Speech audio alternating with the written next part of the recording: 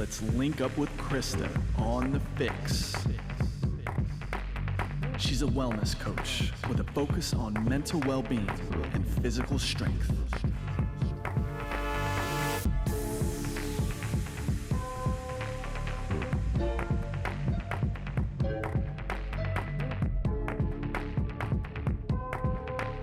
First of all, I'm a mom of three. I have three boys. They're not that little anymore. They're 12, 10, and 7. So that keeps me pretty busy. But I was a stay-at-home mom for about 5 years. I've been sober for 15 years. I got sober at 22 years old. That's always a popular topic to talk about because it's interesting. I've always been into fitness, but obviously my sobriety brought me there. I got into personal training in person and online, and now I'm all online. I have my own Ashley King Fitness app. I was lucky enough to be published in a few magazines, but the reason why I think that you should listen to me or care about what I have to say is because my whole philosophy is behind motivating people, inspiring people, and that is the reason why I do everything that I do. Because like I said, I started my fitness journey through sobriety, and it makes me happy. It puts a really big positive spin on my life, and it helped me take my bad vices and to put it into something healthy and good. And I love giving that to other people. So all of my clients get all of that passion and that inspiration, and I help them get to where they need to be, because I think you can resonate with the fact that people get into fitness to look a certain way or to get to their dream body, but truly it's because they want to feel better about themselves. And I want to give that to my clients. So if you check out any of my Instagram or blogs, anything like that, it's all inspirational and to help people just be their best selves and feel good. Well, powerful point made right out of the gate. So we're excited to get into all of that. But before we do, keeping it light at the beginning of every episode, I like to ask my guests, what's your go-to coffee of choice? Oh boy, I was so into coffee when I first stopped drinking, but since it's 15 years in now, I've learned that, too much of a good thing is a bad thing. But I definitely start off my day I do an espresso with kind of like an Americano, but then I add a little bit of almond coconut milk. Oh, nice. No sweetener. I just like it straight up. And normally I like it hot. And then in the afternoon, I will throw in a matcha latte because matcha is really good for you. And it's a tasty little treat. And I throw in a little monk fruit extract, so it's a little sweet. So a nice little iced latte in the afternoon is always good. How long have you been into matcha? I actually haven't had anybody talk about that on my show, which is surprising because it's gotten popular over the last few years. I've always liked the taste of it. I never understood the benefits. You know that tea has tons of antioxidants, but matcha is concentrated green tea. So you know that green tea, most people do know that it helps increase your metabolism. Obviously, antioxidants help fight free radicals, help fight disease. But it also can help speed up your metabolism, but then also help you burn calories because it does speed up your metabolism. So it's just got a whole realm of different things. But I think the biggest benefit is definitely the antioxidants, because anything that helps you kind of fight inflammation and disease. And to me, I love the taste of it. Some people don't. Yeah, I think it's like a kind of a polarizing thing sometimes. Yeah. And I've actually recently made a matcha cake, and who doesn't like cake? Yeah, it's really good. That sounds really good. Nice. Well, we're going to dive in. Actually, that was kind of a perfect segue in talking about some of the anti-inflammatory properties and that sort of thing, because for the listeners' benefit, Ashley is fairly recently vegan, but had kind of made the transition into plant-based over the course of several years. And I wanted that to be one of the big focuses for our conversation today. If for anybody who's not seeing this in video and is just listening, Ashley's jacked and she's got some amazing arms, lots of muscle. And I think that there's a misconception when you're somebody who is really into lifting weights that choosing a plant-based lifestyle, whether that's vegetarian or vegan, it can be hard to maintain that muscle because we're so big on the importance of protein. And naturally we think protein, we think animal sources. So I'd love for you to just kind of walk us through that journey to open up the conversation with what is it about becoming vegan? Like what kind of tipped you in that direction and why you decided to just kind of go cold turkey from what you shared with me into living that lifestyle? It's such a big topic. There's so many different reasons to go vegan or vegetarian or plant-based, whatever you want to call it. And people are, honestly, I think the biggest reason why people don't is because it's a scary thing. All we've ever known and what we've been taught, all the information out there tells us to eat meat. And I ate meat my entire life. I was a bodybuilder. I overate protein as well. Because that's another reason why I was scared too, as well, is as a bodybuilder, you are afraid to lose your muscle because you're told that. I was not educated in understanding the fact that literally every single vegetable and fruit does have protein in it. So the reason why I actually went vegan was for digestive issues. A lot of times people have digestive issues processing food, whether it's constipation, diarrhea, bloating, any kind of IBS symptoms. And for me, I was struggling with that myself a little bit. And I figured I did watch a few documentaries that made me feel a little better about not losing my muscle, as vain as it sounds, because you work so hard for it. And that's your first, your worry when you're a bodybuilder and you're an athlete, is that you're going to lose your muscle. I already had tons of energy. I already felt like I was in really good shape, but digestively, I was having a lot of problems. So I went cold turkey actually in the beginning of, right before COVID happened. And like I said, I already had tons of energy, but as soon as I did, all of my digestive problems fixed itself. I didn't understand at the time why. I just figured that the vegetables were easier to process, which they were. And like most vegans, I started out just eating like the alternative meats. You know, I just took the same recipes and I put the vegan ground, it looks like ground turkey or something like that. And the fake chicken and all that stuff, which is fine, but it's still processed. So now my vegan journey has changed so much. I've educated myself through research, through books, because I wanted to understand past my digestive problems, like the benefits of being vegan.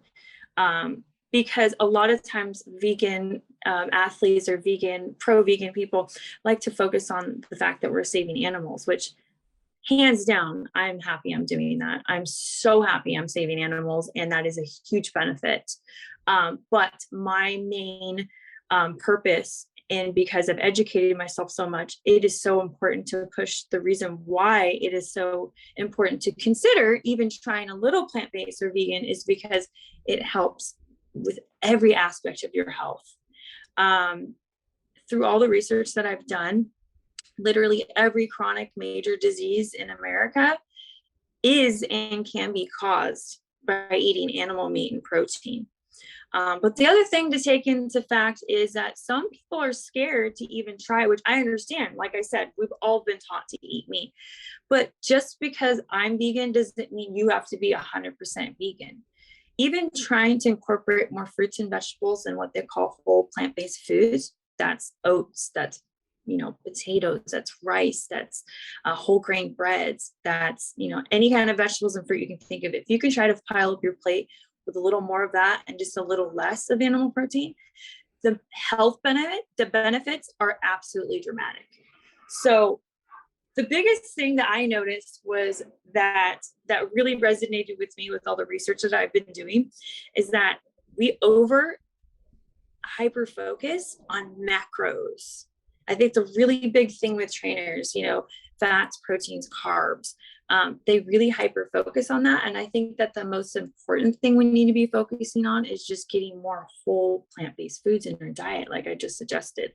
The hyper focus shouldn't be piling on your plate with certain types of, everyone's really obsessed with not eating carbs and eating massive amounts of protein. But just like you suggested, you can get so much protein from plants and vegetables.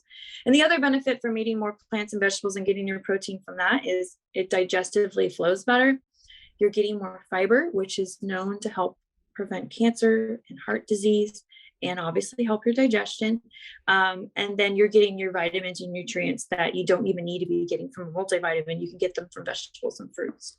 And the other benefit is there's tons of antioxidants and flavonoids that help fight disease. Diseases like diabetes, heart disease, Alzheimer's, cancer is the big one. So when I learned all this plentiful information, it was like I felt so inclined to start sharing it on my Instagram. And honestly, I was really hesitant and scared too, because people are kind of negative about vegan or vegetarianism. But I felt so compelled to share it because it is crazy to me that I think that people aren't considering or don't know this information. There's a lot of misinformation about, you have to have animal protein to have protein, and that's the best source of protein. And it's just simply not true if you can do the research.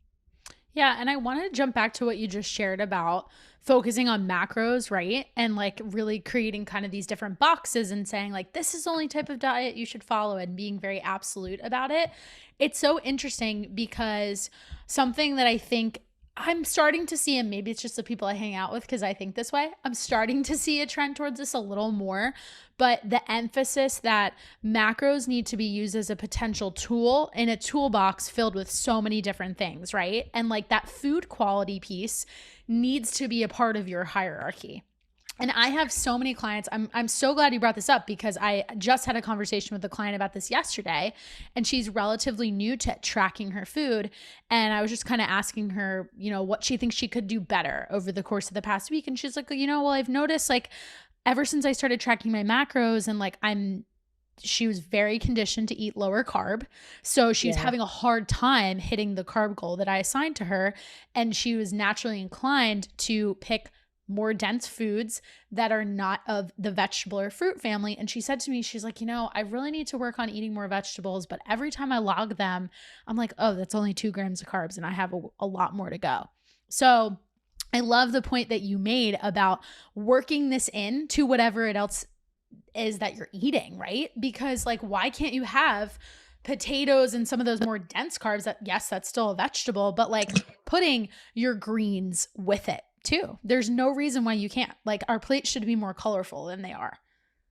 I think also, I'm by no means old, but I'm not in my 20s. And I think that I'm more hyper focused on, it's not just about your physique, it's about your health. I want to ensure that I don't develop cancer. I don't develop heart disease. Do I want to look buff and shredded and feel good about myself? Absolutely. We all do. But you can do both. And I think that the focus needs to be more on just getting more whole plant-based foods. Plant-based, like I said, means whole grains, vegetables, fruit. And it scares me so much how people are so afraid of carbs. I used to be afraid of carbs. We are so conditioned to think that carbs are the enemy. And plain and simple, your whole entire body, especially your brain, runs on carbs. That is its natural source of energy. If you're not feeding your body carbs, it is not going to function. That's why you don't feel good on a low carb diet. It's not healthy. It really isn't. And people are so conditioned to think that carbs are refined carbs. When you think of carbs, most people think of, maybe not me and you, because we're trainers, they think of fries, donuts, they think of breads, hamburger buns, stuff that's really refined. And the fact is, carbs are peas, carbs are potatoes, carbs are legumes, carbs are, the list goes on. It's broccoli. Like there's carbs in every single vegetable and fruit as well. And those are all healthy. They're made to have the right vitamins that you need to seek, so you don't have to reach for multivitamins to supplement. If you're eating a variety of fruits and vegetables and you make that your focus, you're going to get your protein, you're going to get your vitamins and all the things that are going to make your body healthy and fight disease. And like I said, the underrated warrior is fiber. Everything I read on research wise, everyone should be focused on getting fiber. And the best part is if you pile in the fruits and vegetables, your fiber goal is through the charts. You don't even have to think about it.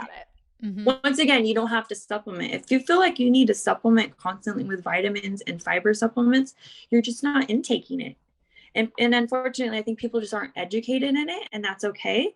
But I think that that's something people need to start focusing more on. And like I said about the protein, people think that they need 100, 120, 130 grams of protein a day. And honestly, it's just not true. You don't need that much protein. Your body simply does not need that much protein to process in order for it to stay buff and lean and feed your body, because honestly, your body wants to burn the fat. It doesn't want to burn your muscle. It takes a lot to burn and waste away with muscle. It'd be incredible starvation. I think the common misconception with like vegans and veganism as well is that, or just vegetarian, is that we're going to waste away. But to be honest, it's just not true.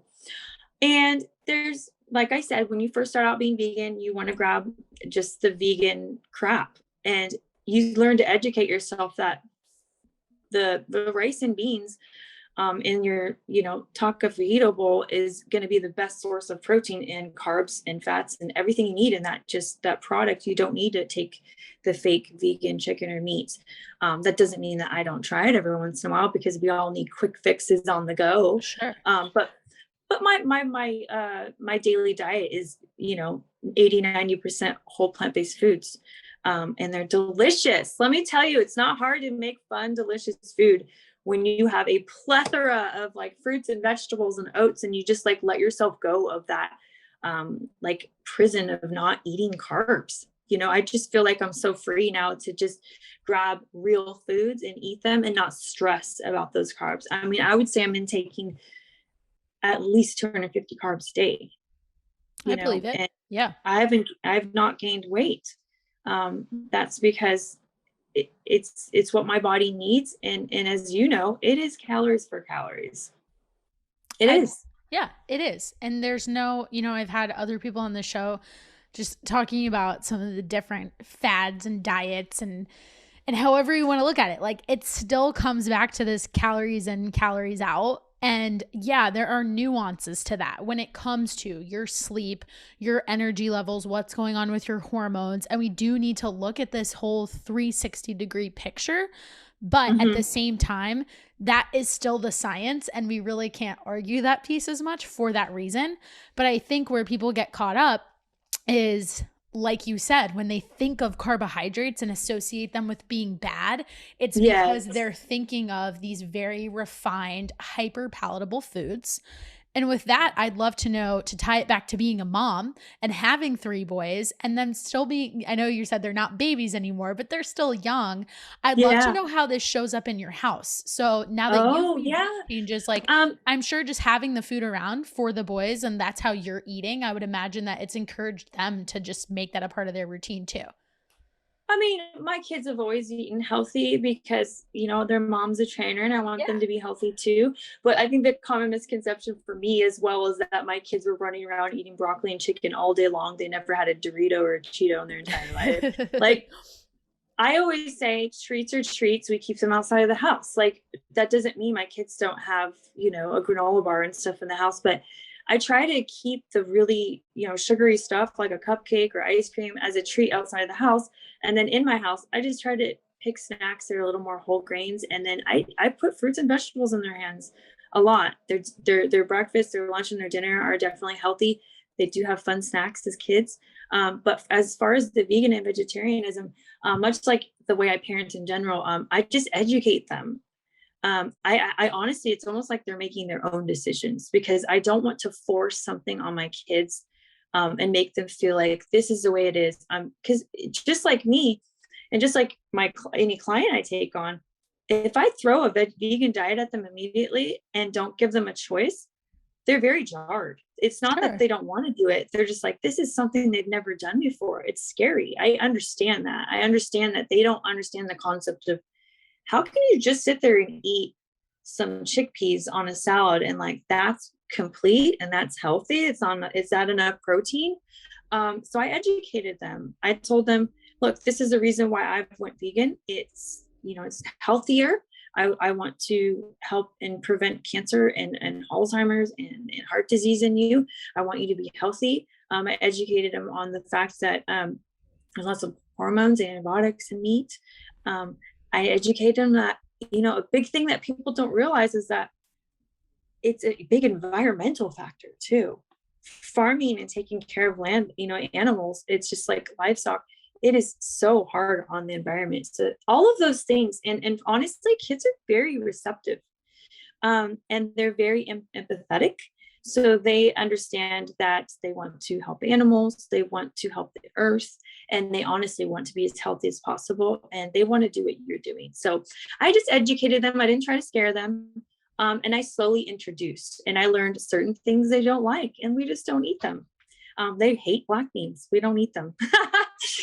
It's funny because if I put a bean dip in front of them, they'll eat it, and it's black bean dip They that I don't made from black realize, beans. yeah. But they look at the black beans and they're like, ew, gross. But it's a learning process of understanding, and it's still being flexible. I do share custody with my kids. So they go to their dads and they have to make the decision if they want to eat meat or not, because dad's Sure. not vegan. And that's okay. The whole point is my kids are eating healthier majority of the time, and they're making the decision to eat healthy, just as if they were not vegan. When they go somewhere, they make a healthy choice because they understand eating 10 cookies is not healthy. If they go to someone's birthday party, they eat 1 or 2 cookies because that's the healthier point. So it's just educating your children, and it's a learning process, understanding like what kind of recipes they want to eat, but it's really not as hard as people think. And I think there's some great key words and phrases that you shared in there multiple times. The first is that it's a learning process, and emphasis on the word learned. And then also the fact that, you said, I educate them so they can make the decision, so that they can be empowered. I think that's really important, because a lot of what I find with the people that I work with who are now 30, 40, even 50 years old, and a lot of their issues around food stem back to their childhood because of something that was said by their parent that was not intentionally meant to be mean or have some sort of negative connotation with it, but it was internalized that way. And I mean, Yeah. even taking out like the meanness factor or the derogatory factor, even thinking about, I talk to other coaches about this a lot, like the whole idea of encouraging your child to finish their plate. And it's an effort to try to get them to eat more vegetables, right? But it's a catch-22, because you're also telling them to ignore their hunger cues. Like if they're telling you that they're full, I'm not saying it's like the whole thing of like, oh, well, finish your plate so you can get your ice cream. Like that's a whole another tangent, right? But teaching a 5-year-old that they need to finish everything in front of them is going to be a potential issue for a 24-year-old, right?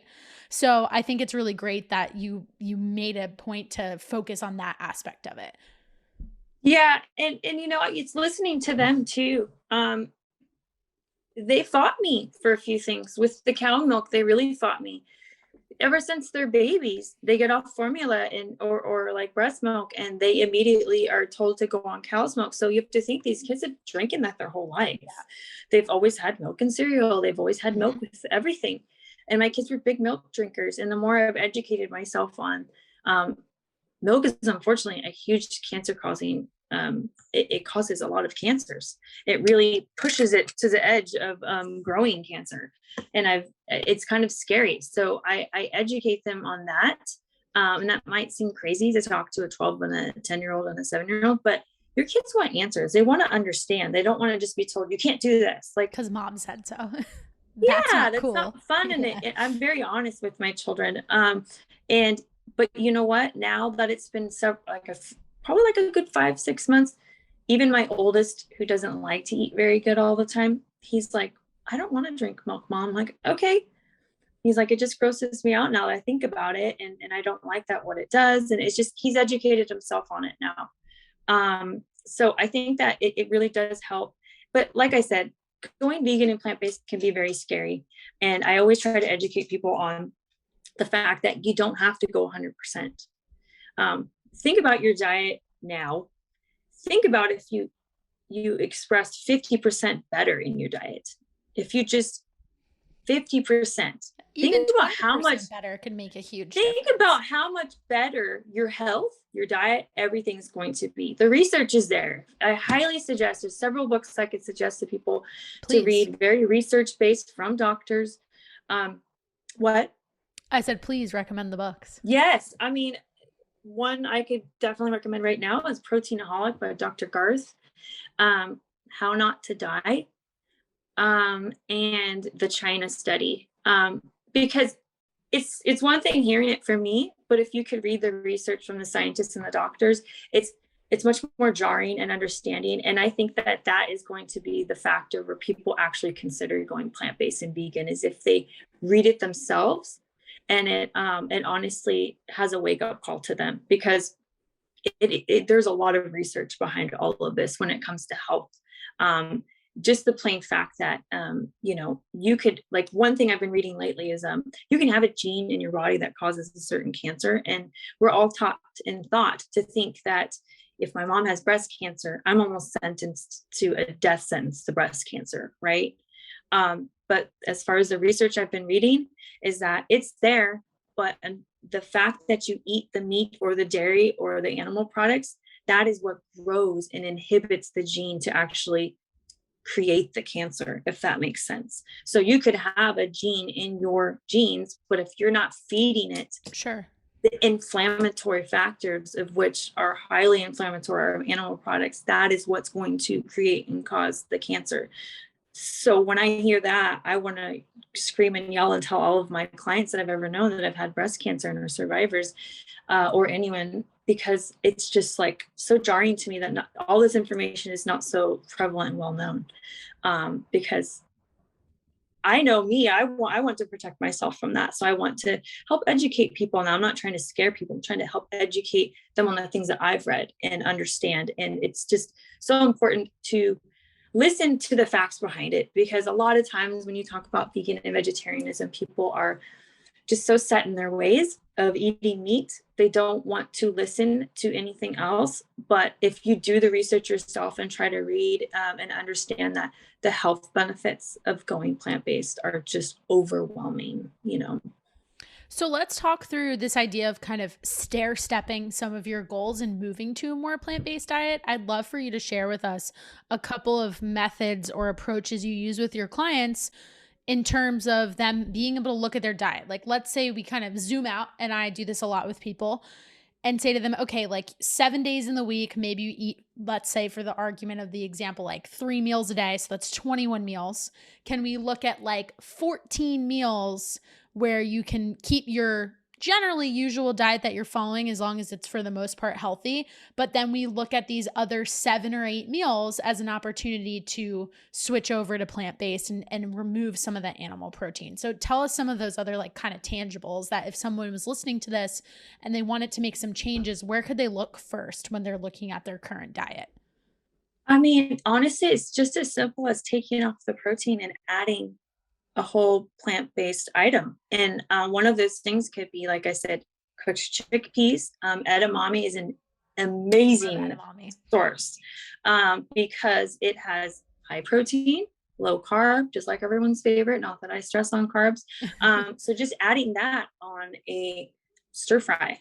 That is probably my biggest go-to, is doing a stir fry. Some brown rice. Easy to make. Oh my God, you throw it in a pan. And I mean, let me tell you, I use the air fryer almost every single day. Love my air fryer. Yep. I think that is really easy for people to do and prep ahead of time, is doing any kind of beans, any kind of lentils, any kind of, you can try the vegan, the ground meats, and that's fine.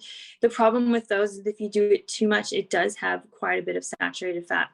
The only saturated fat in a plant-based diet is from coconut oil and coconuts, which is fine, but that's the whole reason why an animal protein diet with butter and dairy and cheese and eggs and meat is highly inflammatory. It's because it's high in saturated fat, which clogs your arteries and just doesn't help your body work properly.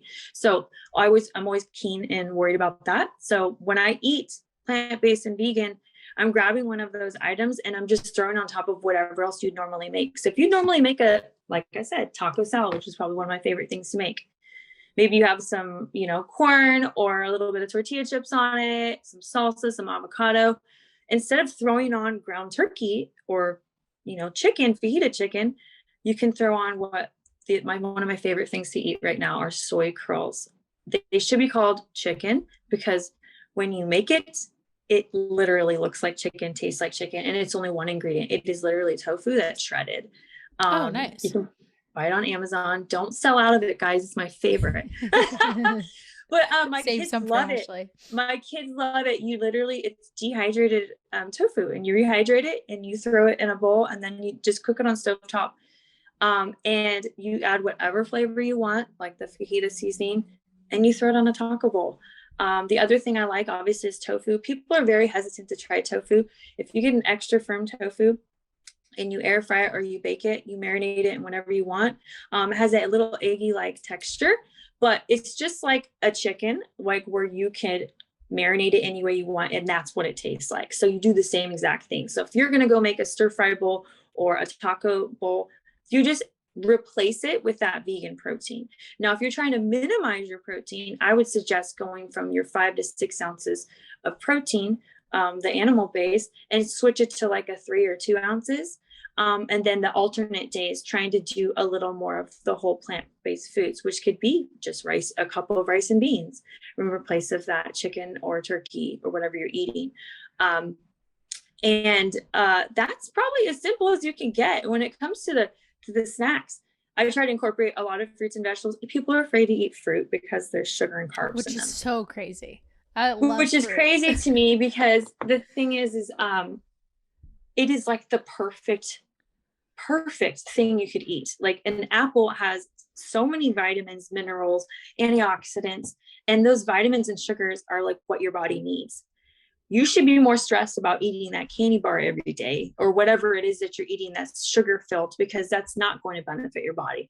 That the benefits of that apple outweigh any kind of sugar and carbs you're worried about. So those are my go-to snacks, lots of fruits and vegetables, hummus and veggies. I do like to grab like a nut bar or some trail mix or something like that. Those are all super healthy and chock full of vitamins too. So as you can tell, if I told you my daily eating, you'd be floored at how much food I could eat. Because that's the other thing, is you get way more volume out of fruits and vegetables, and you get more full from the fiber. So like I said, there's just way too many benefits where people don't understand. And one thing that I've really learned about some of the research and books that I've read is when you're overfilling your plate with that animal protein, there's no vitamins or minerals in that. You don't leave enough room on your plate for the vitamins and minerals and all of the good stuff that's in those fruits and vegetables. So if you're overtaking your plate with that animal protein, you're actually disservicing yourself. You're not eating all of that fiber, nutrients, all that dense nutrient food. So if you can at least shrink it and fill up more fruits and vegetables, and you can find what you like. I know some people hate Brussels sprouts. Some people hate broccoli. There's so many different types of many options. vegetables out there. And don't be afraid to put seasoning on it and sauce. Like, people think that you have to eat so plain when you eat healthy. Yeah, make it fun. I was just check out the food I'm making on my Instagram story daily. I was gonna say, we're definitely gonna plug your Instagram, because whenever I look at your stories, I love what you're cooking. It's not hard to do. The number one way to start cooking for yourself, do not be afraid of seasoning and herbs. I use fresh herbs in everything.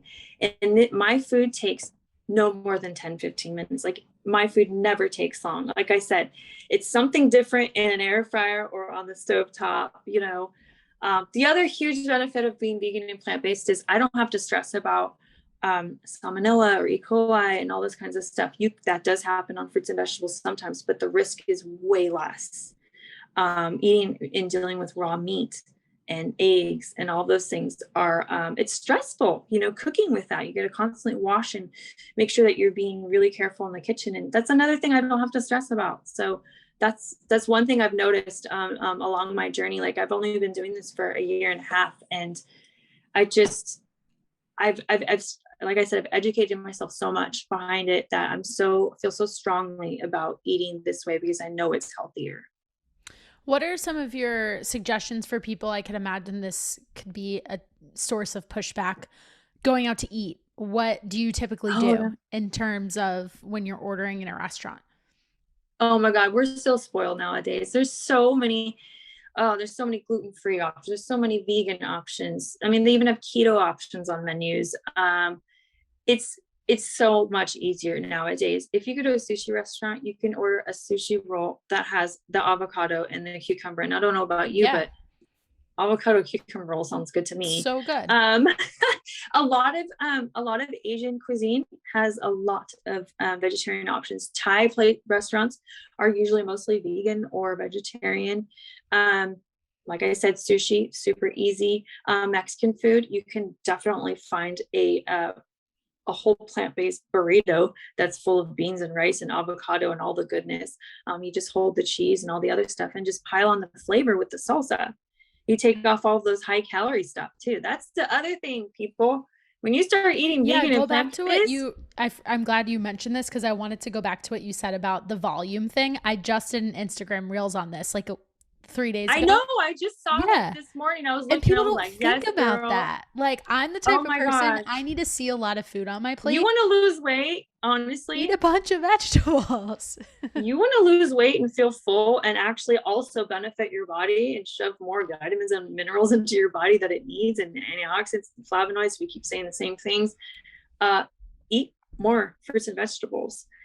You are naturally going to lose weight when you eat a vegan or vegetarian or mainly plant-based diet, because the density of the food that is crappy food, the reason why it is so calorie dense is because it's full of saturated fats, butter, oils, the bad stuff. When you're eating the really nutritious vitamins, the vegetables and the fruits and stuff, and even the potatoes, those are way less calories than going out and eating French fries at a restaurant, which are still vegan, by the way, as long as they're not fried in animal fat. You naturally are going to lose weight because you're eating less caloric foods. So once again, another benefit, if you want to lose weight, if you go on a mainly plant-based diet, let's not even just say vegan, mainly plant-based, because you're scared to go all in. I understand that.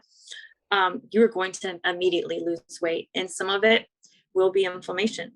It will be water. A lot of these foods that are animal product heavy are going to inflame your body. And that's the first thing I noticed, that I already was very lean and in really good shape, but I immediately dropped 7 pounds on my small body frame. So, and imagine what that does for someone who is overweight and feels very uncomfortable and is struggling with their weight. If you go on this mainly plant-based diet, you're going to drop weight because you're eating less calories, but then the inflammation in your body is going down. So I did notice that a lot, even looking back at pictures. I was already eating very healthy. I was eating a lot of vegetables and stuff, but and even more so, I started incorporating even more carbs, and I feel so much more energy. It really stresses me out thinking about how much people do not eat enough carbs in their diet. Yeah, piled on. A lot of the women I work with are piling that on with really intense, I don't even want to call it HIIT because it's not like textbook HIIT workouts, because it's literally just 45 minutes straight of going all out. Which how do they do that? I don't know. I did it for a while. I'm gonna be totally do honest, that. Like, but I feel like I'm in pretty darn good shape, and I'm like, how do you do that? And then I walk into that environment, I can't do it, right? But I do want to talk about your training a little bit, and let's maybe talk about it. Yeah. Tie it into. First, let's tie it into just like changes that you saw in your energy levels, especially kind of like around your workouts. And from there, I'd also love for you to talk about, I heard on another podcast interview that you did maybe like last year or something. So I don't know how deep you were into your vegan journey at this point yet, but it was interesting. You said that you kind of gravitated naturally towards the weight room, which a lot of women are really intimidated to do. So kind of like why you chose that route, and of course, how much it's benefited I guess since. that stems from, I was really, really scrawny growing up. I mean, awkwardly scrawny and little. And I think that the opposite of when someone's overweight and they get teased for being overweight, which I just couldn't imagine as a kid or in high school. I was the opposite. I was so scrawny. I got kind of a little made fun of. And so that I think I had it in my head. I always wanted to be stronger and feel more, I didn't need to be like huge, but I just wanted to feel strong. Yeah. And so I tried weights, but the second I grabbed those weights, I saw big differences in my body. I felt like my body looked stronger. I felt stronger, and I saw the results pretty fast. I'm not a big cardio person, but the biggest reason why I'm not huge into what you call cardio, which means standing on the treadmill or doing that kind of thing. That's what people think of.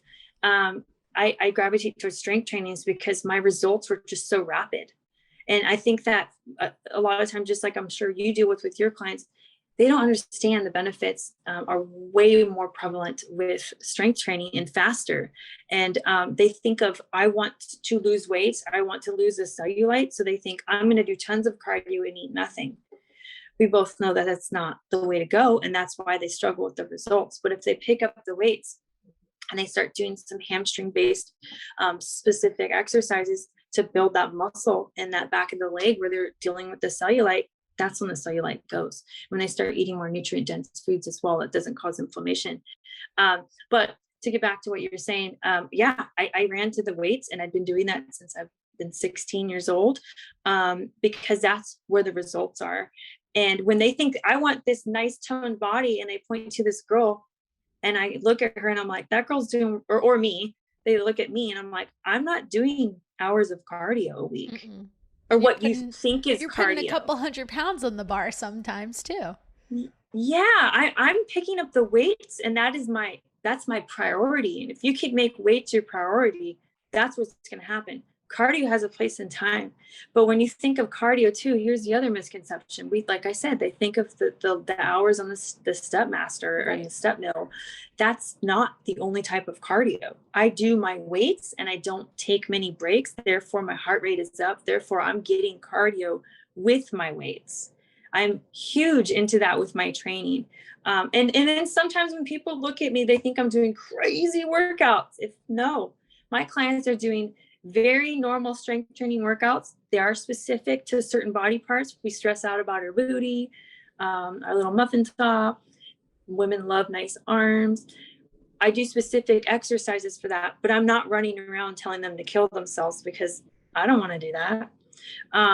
It's educating them that you need to be putting the strength training as your forefront. That is the most important thing. You're going to get your cardio too. But that is where you're going to see your results, especially the closer and closer you get to my age or older. Past 30, your body wants to get rid of muscle. So you need to make it your priority to get those weights in. And when I say getting weights, like I said, we're not talking about, huge bench presses, and it's like grabbing some dumbbells and doing some simple exercises. But I'm really big on medium weight and repetition. I don't stress super heavy PR because, like I'm sure that's fun, but the realism is when you get closer to my age too, is like you realize that you don't have to kill yourself to get your results. And it's just integrating a consistent routine and routines that are building the right correct muscles that you want to work too.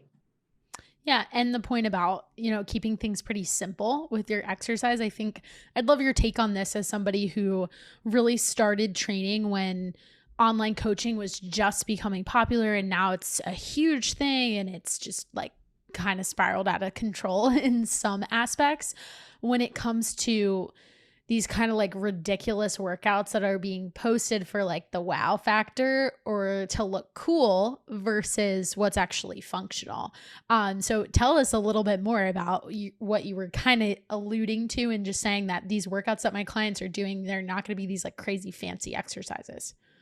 I mean, I think a lot of people look at me and they think I'm doing, no offense on CrossFit, but like really crazy, heavy, stuff that could potentially hurt you, like PR stuff. I don't do that. I don't do things that I'm trying to show off. And I think a lot of times when you see on Instagram, you see people doing things to show off, which, hey, more power too. If you could do a push-up while you're clapping, that's freaking awesome. If you could do these super high PRs, that is great for you. Keep posting them. But when it comes to me, I don't want people to be afraid to do exercises and think that they have to be at that level, because they see me and they think that I honestly, I no doubt get asked, do you work out 2 hours a day every day? When I tell them, listen to this, I work out 4 days a week. That's it. I do probably an hour and a half, maybe, of a workout. I don't take any breaks. So that is a consistent, workout, hour and a half. That's all I do during the week. That doesn't mean that the other days of the week I'm just sitting around doing nothing. I'm very active. I'm walking my dogs. I'm walking with my kids. I don't ever sit down. But I make sure that when I'm in the gym, I'm in there to work, and I work consistently the entire time. But you don't have to work out 2 hours a day. You don't have to do an hour of cardio every single day and lift for an hour and a half a day. Why would you want to live like that?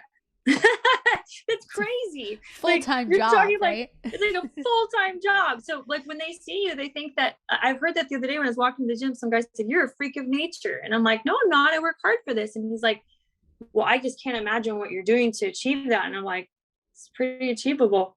It's just consistency and listening.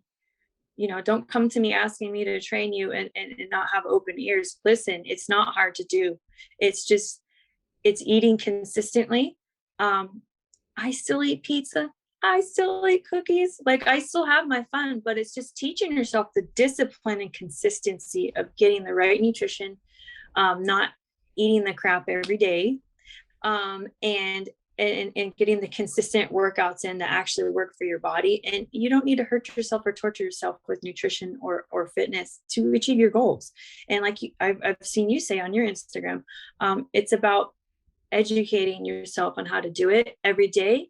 And just like you said, you can't just do a diet or an exercise and lose the weight and then stop. It has to be consistently and sustainable. So these crazy exercises of 45 or an hour of cardio every single day, and then the crazy no carb, keto, all this stuff, it's just not going to work eventually. I hate to shit on anyone's diet or anyone's exercise routine, but you cannot consistently keep it up. It's just common sense. It's not, your results are not going to last.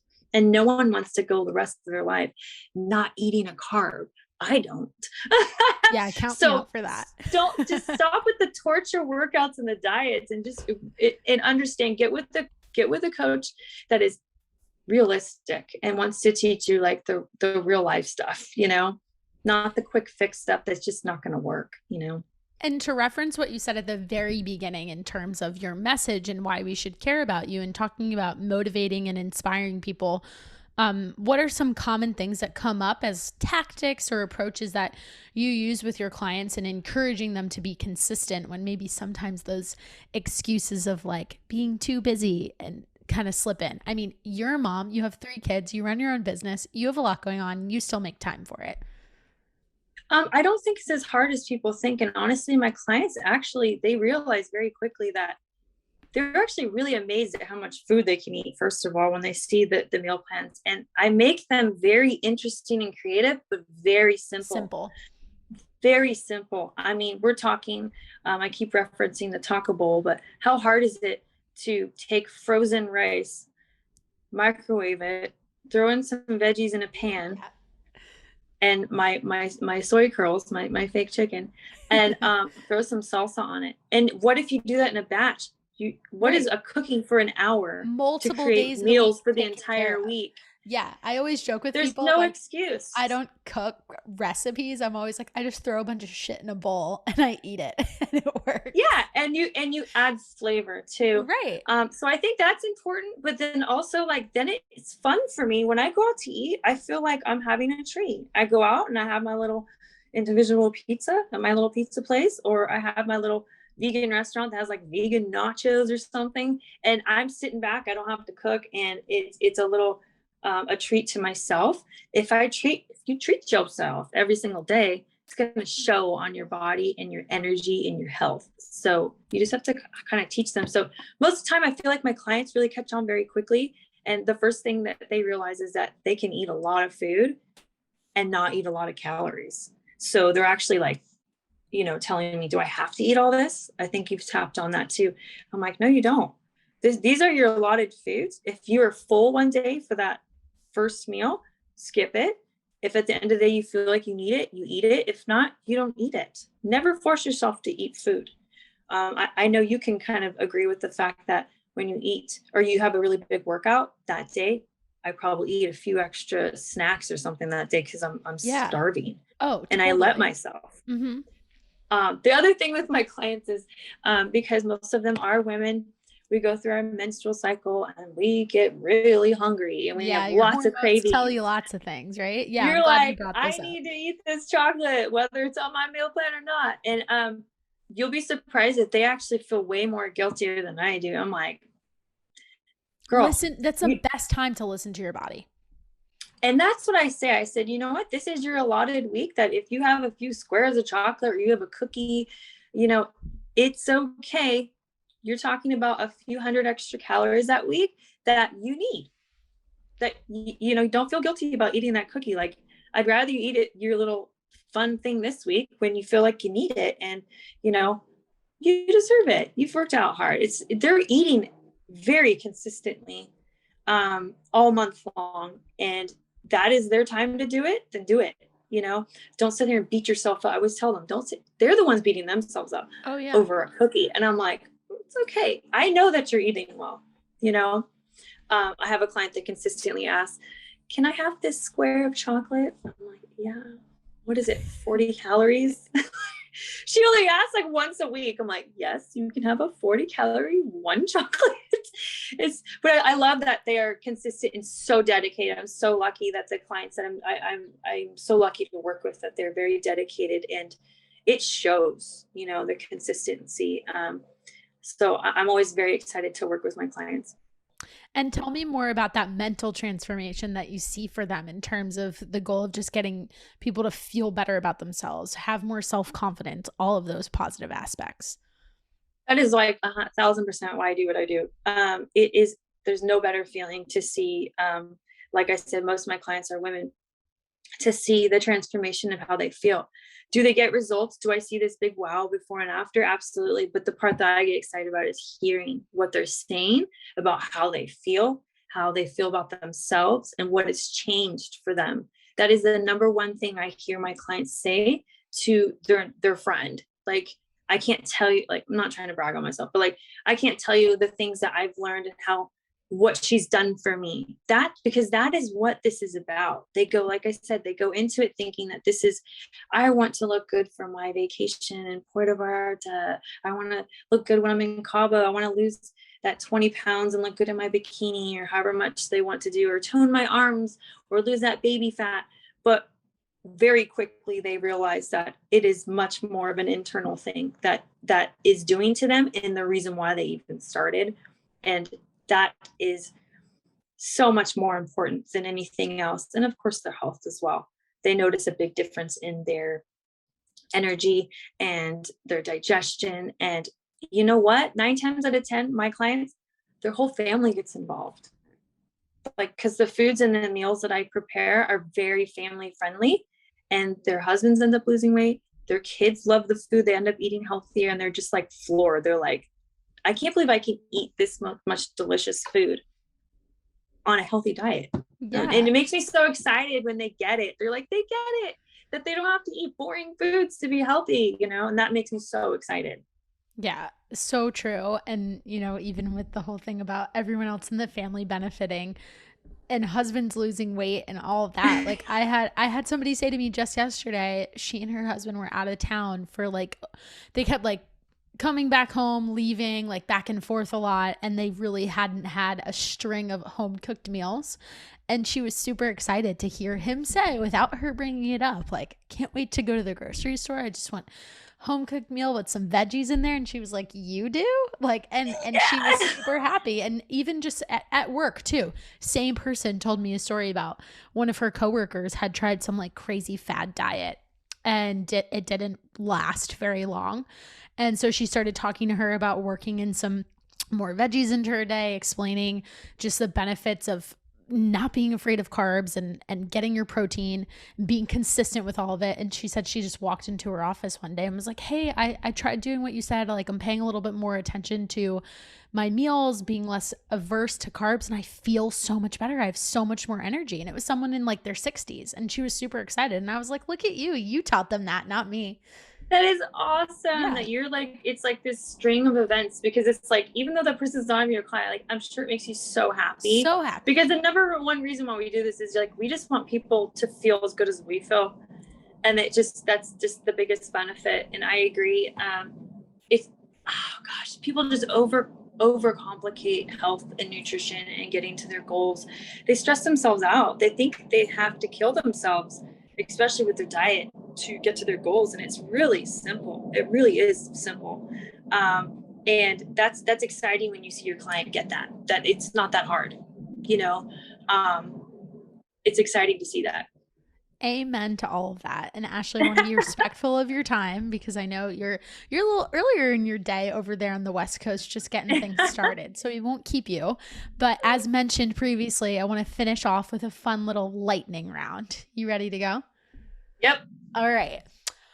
What is, you dropped a bunch of different recipes that you love, but we didn't talk too much about like any kind of like vegan desserts. So why don't we do that? Do you have like a favorite vegan dessert recipe that's a go-to for you? Oh my gosh. I am such a sucker for chocolate chip cookies. It's pretty easy to eat and make and bake things exactly the same. You just incorporate, like there's vegan butter and it honestly tastes like butter. I'm sure. And then the eggs, you could do a flaxseed egg, which is basically just taking like flaxseed meal and putting it with water, and it kind of creates that binding substance, or applesauce. So I mean, I would say 99% of the time my cheat meals is either chocolate chip cookies or pizza. So but something that I can eat every day and that isn't really a cheat meal is putting any kind of plant-based protein. Usually it's chocolate, and I take one frozen banana, and you can throw in a cup of plant-based milk, which is almond, whatever, or just water, a few ice cubes, blend it. You will not be disappointed. If you like chocolate Frosties, like the Wendy's Frosties, it tastes exactly like that. The banana isn't overwhelming, but the consistency is just so creamy. And I have that's under probably like 250 calories or so, probably only 200 when it comes to no plant-based milk. And that is something I can eat every single day as a chocolate milkshake treat. And there's tons of protein. I'm glad you brought that up actually, because I feel like this is a question I get a lot. Do you have any favorite plant-based protein brands that you love that are just like a go-to in your rotation? Because people are always afraid to try them because they have that like one experience where that particular one just didn't hit right, didn't taste too great. I don't have a specific brand that I use, but I would say I highly suggest finding stuff that doesn't use fake sugar, because fake sugar is really hard on your gut. And unfortunately, people don't realize that stevia is actually fake sugar. It's mixed with erythritol, and anything with the otol at the end, sorbitol, sucralose, like all those things are fake sugar, and it's really bad on your good bacteria, bad bacteria. So reach for things like monk fruit and just things that have cane sugar. Monk fruit extract is just from an actual monk fruit, which is highly sweet. I use that liquid in a lot of different recipes and stuff, and coffee. But yeah, there's so many different brands, and I've never had a bad brand of protein. They also make plain pea protein as well. If you're trying to make like a fruit and veggie smoothie and you don't want any flavor, they just make plain pea protein. Cool. You get it anywhere. Yeah. Workouts. If you could only do one move for the rest of your life, what would it be? Like, oh God, a hip thruster for sure. Great. Good one. I don't know about you, but all I care about is my booty. I literally, every time I go in the gym, they're like, what are you going to work out? I'm like, booty, legs, abs, shoulders, but it's never like just legs. It's always booty induced leg exercise. What about for me? The flip side? If there's one exercise you could avoid for the rest of your life? Oh, bicep curls, anything to do with my biceps. I mean, like, you got great arms, girl. They're not going anywhere, but I would say that my least favorite is biceps and triceps, because I just don't care too much. I don't care too much about them, because when you walk up to someone, you see their, if they're showing their stomach, you see their abs and their shoulders, and you see a booty. You don't necessarily look or see their triceps and biceps unless they're kind of flexing.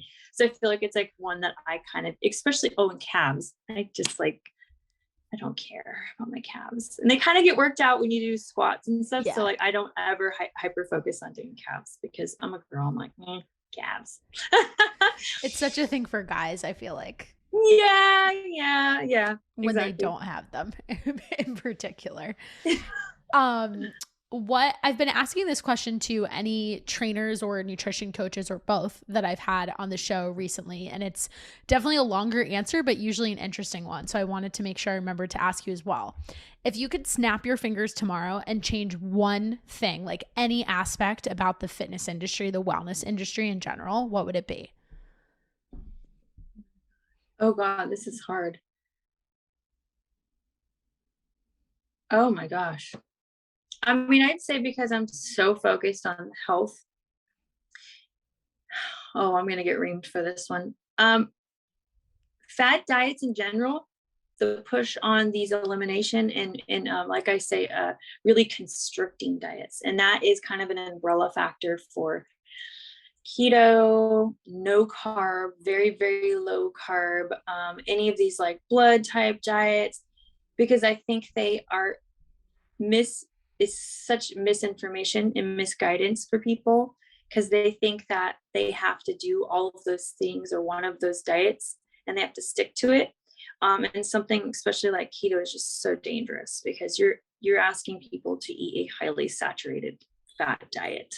And I think that it's common sense to know that high saturated fats means, heart disease, all these really bad things. So I think that's really dangerous. And then also no carb is also dangerous because then you're telling people to eat 90 to 80, 75% animal products. And once again, mine is all health focused when it comes to animal products. It's just not healthy. Your body needs carbs. And that's why when people do super low carb and in keto diets long term, they might feel like they've lost weight and that they become more shredded. But the realistic factor is ask someone who does it long term. You don't feel good. You don't. You just don't feel good. You have no energy. And that's probably pretty much every fad diet because when you take out a whole food group that's just very, very necessary to you, like a carb, and we're talking all carbs, not just refined crap carbs. That's what people think. You are honestly, your body's not getting what it needs to thrive, not even look your best because you need that too, but you're not even going to thrive if you don't get those carbohydrates. So I would change the push on any kind of fad diets because all you need are fruits and vegetables and whole grains, and you can be completely healthy, fine, ripped, shredded, the proper weight, the right energy, and honestly combat any chronic disease you can probably think of. Eat a more of a plant-based diet. And if you have questions on that, send me a message. I'm more than happy to talk about it. I'm no expert, but I've educated myself enough that I understand it, and I definitely help my clients try to transition into that because it's scary. I understand that. So I would definitely change that. It bothers me so much when I see people push that kind of stuff. Well, that's the perfect segue into telling us exactly where we can find you. If anybody's interested in working with you, tell us the best way, place to reach out to you, Instagram handle, all that stuff. And we'll be sure to link it down in the show notes too. Yeah. So my Instagram is Ashley King Fitness. You could absolutely message me. I will always message you back. I'm very good about that. Facebook, not so much, definitely Instagram. I am on TikTok too, but that's just for fun. But you can go to my website, ashleykingfitness.com, and you could click on booking a Calendly appointment with me. If you do want to work one-on-one with me, I do make custom meal plans, custom workouts, and I basically hold my clients accountable, but then also educate them and teach them how to actually get to their goals. And they have very good success with that. So you can book an appointment just to talk to me one-on-one, and we can see if I'm the right fit for your coach. And I definitely have room right now for new clients. So you can go to ashleykingfitness.com and make an appointment with me, or just message me on Instagram. Awesome. Well, thank you again, Ashley. Absolutely loved having this conversation with you. You're such a gem. I love your energy. I love all of your positivity. We could go on for a while, but for everybody listening out there today, guys, if you benefited from this message, if anyone you know might benefit from this, the best thing that you can do for both of us is to share it. We want to spread positive information about sustainable lifestyle habits that people can actually try, and not just try, but follow through and execute day after day. to build that consistency, to make this a part of their daily habits and lifestyle. So hope you enjoyed this one. If you did, let us know by sharing it with a friend, putting it on your social media, and leaving a review. And with that, this has been another episode of The Fix. I hope you guys have an awesome rest of your day.